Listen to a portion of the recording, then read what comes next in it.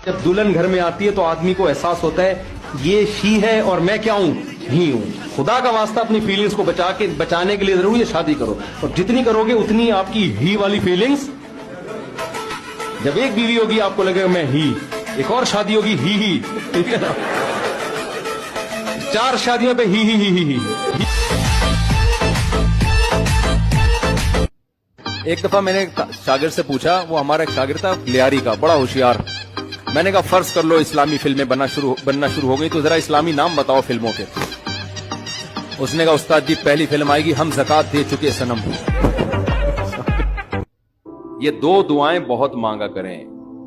अपनी औलादों के लिए मांग ले, मुझे ऐसी औलाद दे दे जो नेक और साले हो, दीन की खिदमत करे. अल्लाह की नजर में देखो आपकी औलाद मालदार है ना, आप तो खुश होते हो मेरा बच्चा कितना बड़ा मंगला. अल्लाह की नजर में इसकी वैल्यू 2 टके की भी नहीं है. अगर अल्लाह की नजर में इन पैसों की, गाड़ी बंगले की कोई 2 टके की हैसियत होती ना, तो मूसा कलीमुल्लाह को अल्लाह सबसे ज्यादा माल देता, सबसे ज्यादा माल. और फिरौन ताने क्या देता था हजरत मूसा को? मिस्कीन. इसके हाथ में सोने के कंगन नहीं है, मेरे हाथ में सोने के कंगन. मेरे पास बागात जिनके नीचे नहरें बहती हैं, मूसा के पास कुछ भी नहीं है, मिस्कीन. आप अपनी औलाद को चाहते हो करोड़पति बन जाए, दौलतमंद बन जाए. ये अबे भाई मुसाफिर खाना है, लानत भेजो यार. बन जाए तो ठीक है, मैं नहीं कह रहा उनको गरीब लावारिस छोड़ के जाओ. फोकस किसको करो भाई? नेक बन जाए, दीनदार बन जाए, परहेजगार बन जाए. अगर परहेजगार बन गई ना, अल्लाह पे एतमाद और ताल्लुक हो गया, सूखे टुकड़ों में भी आपकी औलाद खुश रहेगी. और अगर परहेजगार नहीं बनी तो मैंने करोड़पति बाप को देखा है जिसने करोड़ों रुपए की जायदादें बच्चों के लिए तैयार की, और वही बच्चे बाप को सुबह शाम टेंशन भी दे रहे हैं और खुद भी डिप्रेशन की गोलियां खा रहे हैं, वो दीन ना होने की वजह से. तो ज्यादा टेंशन औलाद की पढ़ाइयों की ना लिया करो, नेक बनने की टेंशन लिया करो, बस इंसान बन जाए. बल्कि हम तो कहते हैं नेक बनने की भी ज्यादा ना लो, क्योंकि वो आपके इख्तियार में नहीं है. नेक बनाने की कोशिश करो. बन रहा है ठीक है, नहीं बन रहा तो भी बहुत ज्यादा दिमाग में मुसल्लत ना करो. आपके कहने से नहीं बनेगा कोई भी आपका बच्चा नेक. आपने उसको अच्छा माहौल देना है, मोहब्बत से उसको समझाना है, कभी सख्ती भी करनी है जब बहुत ज्यादा सख्ती की जरूरत हो, लेके चलते रहो. अल्लाह ने चाहा इंसान का बच्चा बन जाएगा, नहीं चाहा तो नूह अलैहिस्सलाम का बच्चा इंसान का बच्चा नहीं बना. कितनी तक समझाया नूह अलैहिस्सलाम ने उसको, वो फिर भी काफिर का काफिर रहा. तो टेंशन तो उस चीज पे लेनी है जो हमारे इख्तियार में हो मेरे भाई. नहीं है तो छोड़ो यार. टेंशन से अगर वो टेंशन लेनी चाहिए जिसका कोई आउटपुट हो, रिजल्ट अच्छे निकल रहे हो. बस टेंशनें ऐसी हैं, उनको टेंशन लेने से सिवाय आपकी खोपड़ी आउट होने के जो काम हो रहे हैं ना वो भी नहीं हो पाएंगे. माँ बाप औलाद की टेंशनों में रातों की नींदें उड़ गई उनकी, तो मैंने कहा ये जागने से बच्चा सही हो जाएगा क्या? और खराब होगा. और खराब इसलिए होगा कि अब्बा जाएंगे डिप्रेशन में जाएंगे, अब्बा के होंगे अखलाक खराब, बात बात पे औलाद को चपेटे लगाएंगे बैठ के गुस्से में. इससे औलाद क्या होगी? और बिगड़ेगी. सबसे ज्यादा जिस चीज की हिफाजत करनी है ना हम सब ने, वो है अपनी खोपड़ी. एक बात मैं खवातीन से कहता हूं, आपके बच्चों पे अगर आपका देवर हाथ उठाए तो आगे से बोला मत करो. बच्चे पे बाप का भी हक है, चचा का भी हक है तरबियत में. वो भी तो लगता है ना कुछ. चचा ने अगर अपने भतीजे पे सख्ती की, डांट दी, तो बच्चे को ये ना सिखाया करो कि तुम कौन होते हो मेरी औलाद पे हाथ उठाने वाले. बच्चे को बताओ कि ये भी आपके चाचू हैं, इनका भी रिश्ता है, ये बड़े हैं. अगर इन्होंने कभी हाथ उठा लिया, कभी सख्ती कर ली, तो बेटा बर्दाश्त करना है.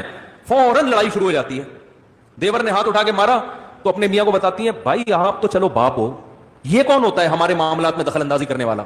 वो फिर कभी भी दखलंदाजी नहीं करेगा. जाओ तुम्हारे बच्चे तुम संभालो. फिर वो जब भतीजी बड़ी होगी, उसकी शादी भी की फिक्र होगी, भाई तुम्हारी टेंशन है, हमारी टेंशन.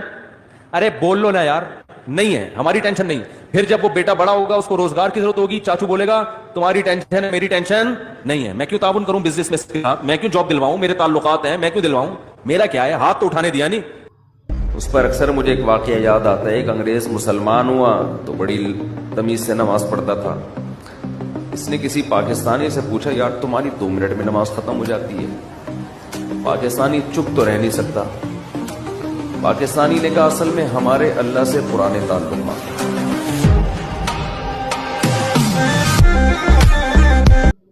तो वो लतीफा तमाम खवातीन सुन लें. एक आदमी जो था ना, ड्राइविंग करके अपनी बेगम को लाता, बेगम अगली सीट पे बैठी होती, उसकी बेगम स्कूल टीचर थी, तो लाता स्कूल के बाहर गाड़ी खड़ी करता, उतरता, बेगम का गेट खोलता, दरवाज़ा ना लॉक खोलता, वो जाती तो खवातीन दूसरी देखती यार कितनी रिस्पेक्ट दे रहा है अपनी. खुद उतरता है, ड्राइवरों की तरह दरवाज़ा खोलता है बाहर से ना. रिश्ते आना शुरू हो गए. एक और शादी हो गई उसकी इसी चक्कर में ना. खवातीन ने खुद के भाई इतनी इज्जत दे रहा है यार, हमें भी चाहिए इसकी बीवी बन जाए हम. 2 शादियाँ हो गई. پھر بیگم کو, پہلی والی بیگم اسکول ٹیچر تھی, اس کو لے کر آتا, اترتا, باہر سے دروازہ کھولتا, 3 شادیاں ہو گئی بھائی. صحیح ہے نا. وہ بھی گھننا بنا ہوا ہے, بتا نہیں رہا ہے کسی کو اصل کہانی کیا ہے. اس نے کہا ہونے تو خود سے آ رہا ہے بھائی, اور خواتین دیکھ رہی ہیں, متاثر ہو رہی ہیں بھائی, ماشاء اللہ ماشاء اللہ. پھر ایک دن آیا, دروازہ ایسے ہی کھولا, چوتھی بھی ہو گئی. بعد میں پتا چلا یہ دروازہ باہر سے کھلتا ہے, اندر سے لاک خراب ہے اس کا. جو دروازہ ہے اس کا لاک اندر سے خراب ہے. بچوں کو گالیاں نہ دیا کرو, یہ بہت بری عادت ہے. ابے تو کیا کر رہا ہے, ابے تو الو کے پٹھے, ایسے. یہ کہ جی نہیں بھائی آپ کیا کر رہے ہو بیٹا. ایک صاحب نے مجھے کہا میرا بچہ جو ہے نا تو تڑاک سے بات کرتا ہے. میں نے کہا آپ اپنے بچے سے تو تڑاک سے کرتے ہوگے, ورنہ یہ کہیں اور سے تو نہیں سیکھ سکتا. یہ ہم نے علماء کو دیکھا ہے, بڑے علماء کو, وہ اپنے بچوں سے ایسے بات کر, آئیے بیٹا, چھوٹے بچوں سے بھی کھائیے جائیے. اور یہاں کیا ہو رہا ہے, ابے الو کے پٹھے کھا لے, تیرے سامنے کھانا ٹھنڈا ہو رہا ہے. یہ ہو رہا ہوتا ہے اسٹائل. کھا, یہ تیری نوکرانی نہیں ہے. جو ایک بادشاہ تھا نا, یہ ریکارڈ ہو رہا ہے. ایک بادشاہ نے نجومی سے کہا مجھے یہاں خارش ہو رہی ہے. نجومی نے کہا اس تاریخ کو جس کو یہاں خارش ہوتی ہے یہ اس کی علامت ہوتی ہے کہ آپ کو ایک نیا علاقہ فتح کرنے والے ہیں. بادشاہ نے کہا مجھے ادھر بھی خارش ہو رہی ہے. نجومی نے ذائچہ نکالا اور یہ بولا ہاں یہ اس کی علامت ہے, آپ کا ایک بیٹا پیدا ہونے والا ہے جو بڑا شہزادہ ہوگا. بادشاہ نے کہا ادھر بھی ہو رہی ہے. نجومی نے کہا آپ کو خارش کی بیماری ہے, کسی اچھے حکیم سے اس کا علاج. تو اگر 4 سے بھی خواہش پوری نہیں ہو رہی, اس کا مطلب آپ 1 نمبر کے ٹھرکی ہیں, آپ کا دنیا میں کوئی بھی علاج نہیں ہو سکتا.